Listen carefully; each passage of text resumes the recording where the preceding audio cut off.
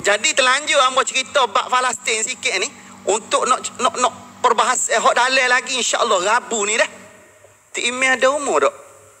Jumaat mari. Hamba pergi apa ni tazkirah sebelum Jumaat lain mari. Ada umur. Kalau boleh pakat kerah belakang dah. Kalau boleh biar penuh atas bawah kiri kanan ni biar penuh. Hak ni anjuran bersama kerajaan negeri dah untuk nak bela sahabat kita di Palestin. Kalau boleh kerah belakang.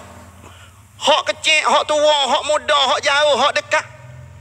Hak biasa, hak ada pangkat, semua pakat banjir masjid hari tu.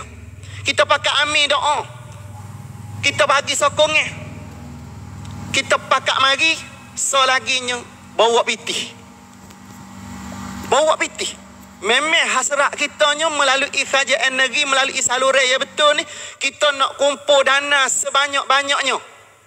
Sebanyak-banyaknya. Kita duduk rumah ada bumbu. Mereka bumbu dia langit. Kita hari ni ekor kipas.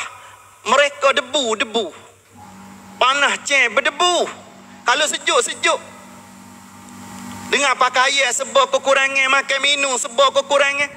Jadi hari tu hamba nak minta tolong. Kalau boleh skala kita masuk gos ria, gos 5 ria, gos 10, hari tu tolong bawa lebih pada hak kita bawa skala. Target kita kalau boleh kita nak 10,000. 10,000 kita nak. Dah? Hak ni sebagai bahan bukti kita ni sokong sahabat-sahabat satu akidah dengan kita di Palestin. Dan malam tu asal rusing. Malam tu kita standby gula kawah, 2 kawah pulak. Pulak dah. Gula kawah pulak malam tu. Dah? Habis bukan masjid sedia ni. Hak ni pihak penganjur saja. Cuma masjid sedia kata tempat je. Masjid sedia tempat, kerah ramai-ramai mari bawa sama seria. Tapi jangan bawa sama seria sungguh. Bawa lebih pada skala lah. Pasal memang target kita nak kumpul dana untuk nak support sahabat-sahabat di Palestin.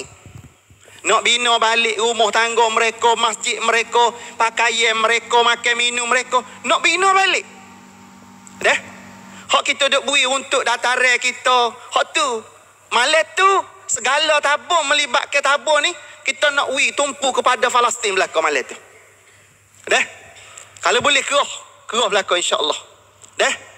Kalau boleh tunjuk, buktikan kita ni satu akidah dan kita bersaudara. Innamal mu'minuna ikhwah.